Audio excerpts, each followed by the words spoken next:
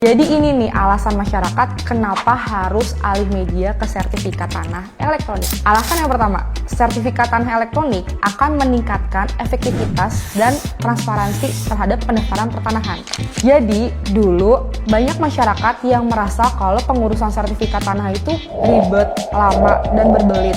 Nah, dengan adanya sertifikat tanah elektronik ini, masyarakat tuh bisa lebih tahu kalau pengurusan sertifikat tanah elektronik itu tuh sekarang lebih mudah. Yang kedua, lebih menjamin dalam pengelolaan arsip pertanahan dan juga warkah. Jadi gini, kalau di kantor pertanahan itu kan biasanya berkas-berkas yang diajukan ke masyarakat itu bentuknya tuh berkas-berkas yang bertumpuk seperti ini. Nah terus kita tuh butuh satu ruangan untuk menyimpan berkas-berkas itu. Nah bayangin, dari banyaknya berkas-berkas masyarakat yang masuk, kita butuh space berapa banyak nih untuk menyimpan berkas-berkas tersebut.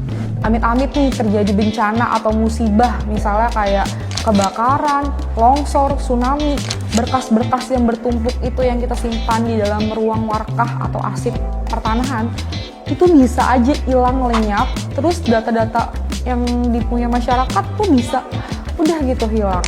Nah, dengan adanya sertifikat tanah elektronik ini, data-data kamu tuh tersimpan dalam berangkas elektronik. Udah gitu nih, kamu tuh juga bisa mengakses berangkas elektronik itu melalui aplikasi Sentuh Tanahku. Karena apa? Sertifikat tanah elektronik ini sudah terintegrasi dengan aplikasi Sentuh Tanahku. Yang ketiga, mengurangi kewajiban masyarakat untuk datang ke kantor pertanahan. Karena semuanya sekarang sudah digital, masyarakat tuh sekarang bisa banget akses pelayanan pertanahan melalui aplikasi Sentuh Tanahku. Nah, di dalam aplikasi Sentuh Tanahku itu, masyarakat juga bisa langsung tahu terkait fitur info layanan. Jadi masyarakat tuh bisa ngecek dulu nih, butuh berkas apa aja, terus tarifnya berapa yang harus dikeluarkan. Prosesnya juga bisa banget di-tracking dalam aplikasi Sentuh Tanahku itu. Yang keempat, ini nih yang paling penting. Sertifikat tanah elektronik akan mempersempit ruang gerak mafia tanah. Dengan adanya sertifikat tanah elektronik ini, masyarakat tuh udah nggak perlu khawatir lagi deh kalau misalnya sewaktu-waktu sertifikat tanah kamu tuh bisa gampang dipalsuin atau dimanipulasi oleh mafia tanah. Karena apa?